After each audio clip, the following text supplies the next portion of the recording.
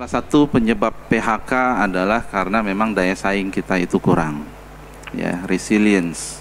Daya saing kurang tentu salah satu faktornya banyak, maka produktivitas dari industri kita juga kemudian lemah.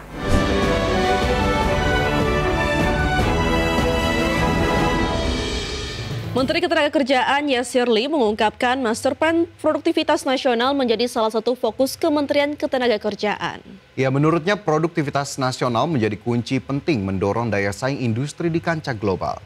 Yasir Lee mengakui bahwa produktivitas SDM nasional masih rendah. Ia mengungkapkan maraknya pemutusan hubungan kerja kepada karyawan, salah satunya disebabkan oleh kurangnya daya saing baik dari sisi sumber daya manusia maupun industri.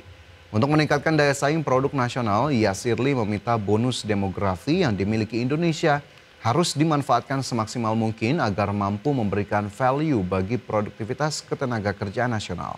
Untuk meningkatkan produktivitas, Kemnaker akan menyiapkan ekosistem jejaring internasional melalui Asian Productivity Organization serta melakukan asesmen dan pengukuran produktivitas ke perusahaan.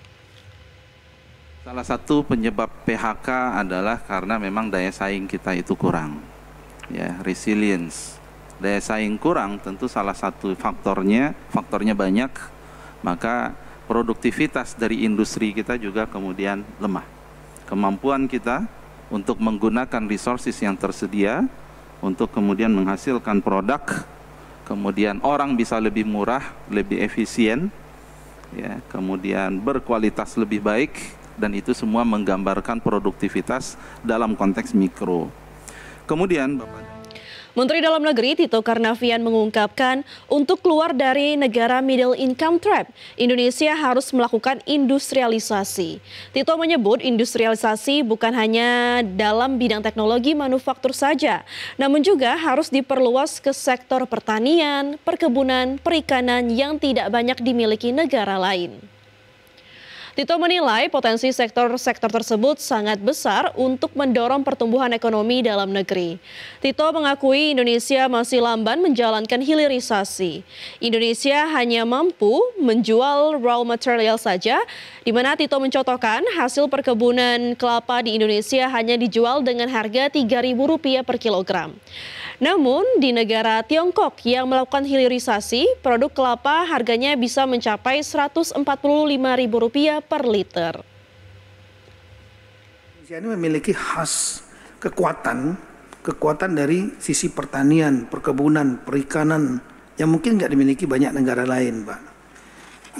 Tapi kita lemah di bidang hilirisasinya. Kita hanya menjual raw materialnya saja. Kelapa dijual Rp2.000, Rp3.000. Tapi kita memiliki potensi kelapa luar biasa. Di China mereka melakukan hilirisasi. Air kelapanya dibuat kemasan jadi mahal harganya. Minuman sehat. Kemudian juga daging kelapanya dibuat macam-macam produk, bukan hanya santan atau apa dimakan begitu saja. Jadi tepung dan lain-lain. Kemudian juga batoknya bisa dijadikan arang, briket dan lain-lain. Kemudian sabutnya bisa digunakan untuk produk-produk yang lain. Pemirsa, Kementerian PPN atau Bappenas mendorong transformasi ekonomi Indonesia untuk keluar dari jebakan negara pendapatan menengah melalui peluncuran Master Plan Produktivitas Nasional yang diharapkan menjadikan produktivitas sebagai penggerak pembangunan nasional menuju Indonesia Emas 2045. Kementerian PPN Bappenas terus berkomitmen mendorong transformasi ekonomi Indonesia untuk keluar dari jebakan pendapatan menengah atau middle income trap dan mampu bersaing di pasar global melalui peluncuran Master Plan Produktivitas Nasional. Menteri Perencanaan Pembangunan Nasional Kepala Badan Perencanaan Pembangunan Nasional Rahmat Pambudi mengungkapkan, Master Plan ini diharapkan menjadi instrumen bersama untuk menjadikan produktivitas sebagai motor penggerak utama pembangunan nasional menuju Indonesia Emas 2045. Meningkatnya daya saing sumber daya manusia itu harus dimulai dari productivity. Dan productivity harus dimulai daripada ekosistem yang bisa kita lakukan. Pengalaman kita dari kantor ini juga demikian. Kenapa periode tahun 70 sampai tahun 80 sampai tahun 90 kita sangat produktif? Karena ekosistem kita mendorong kita berbuat produktif. Dan itu tercermin dalam pertumbuhan ekonomi yang tinggi, inflasi yang rendah dan terjaga. Seperti diketahui melalui kolaborasi dengan Asian Productivity Organizations, Master Plan Produktivitas Nasional menghadirkan kerangka awal yang akan menjadi panduan bagi Indonesia dalam mengarahkan pembangunan menuju era productivity-led growth. Peningkatan produktivitas tidak hanya menyangkut ekonomi, tetapi juga kesejahteraan masyarakat. Tim Liputan IDX Channel. Kembali bersama kami di Market Highlights, pemirsa. Menteri Koordinator Bidang Perekonomian Erlangga Hartarto mengungkapkan bahwa realisasi investasi nasional hingga kuartal 3 2025 telah mencapai 1.400 triliun rupiah. Ya, Erlangga menekankan capaian ini menjadi bukti kuatnya daya tarik Indonesia di mata investor di tengah situasi global yang masih penuh ketidakpastian.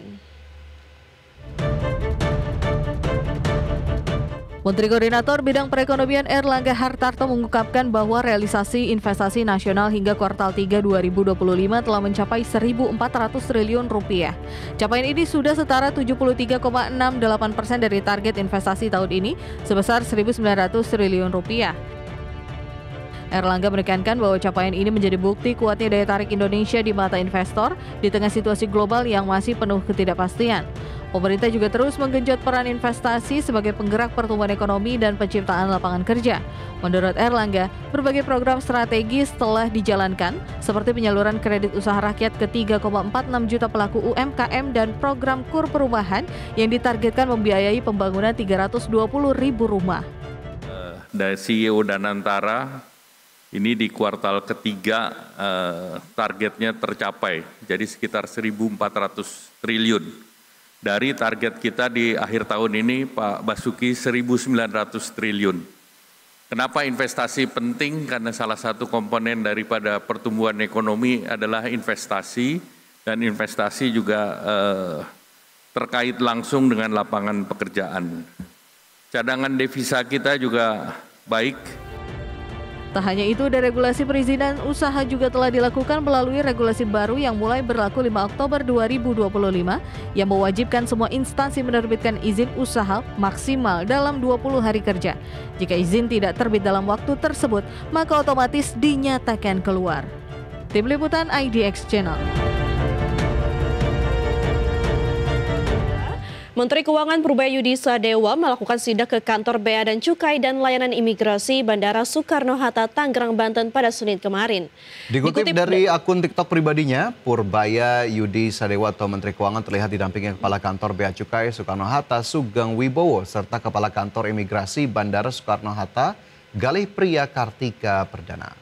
Dalam kunjungannya, Purbaya meminta Bea Cukai Bandara Soekarno-Hatta dapat terus mengoptimalkan pelayanan kepada masyarakat dan memperkuat peran strategis dalam mendukung kelancaran arus barang dan daya saing ekonomi nasional. Kunjungan ke Bea dan Cukai Bandara Soekarno-Hatta ini juga menegaskan fokus pemerintah pada perlindungan perbatasan dan efisiensi logistik sebagai penunjang daya saing global.